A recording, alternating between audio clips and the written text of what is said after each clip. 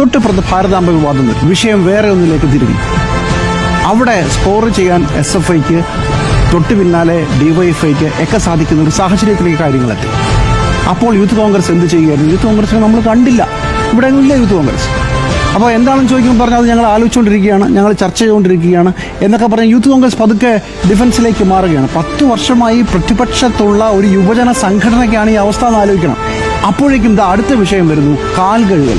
അധ്യാപകന്റെ കാൽ കഴുകുന്നത് ശരിയോ തെറ്റോ? അപ്പോൾ തന്നെ DYFI ആ വിഷയം ഏറ്റുപിടിക്കുകയാണ്.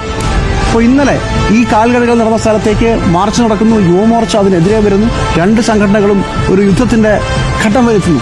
നാളെ വീണ്ടും DYFI മാർച്ച് പ്രഖ്യാപിച്ചിരിക്കുകയാണ്. യൂത്ത് കോൺഗ്രസ് അവിടെ കാണുന്നില്ല.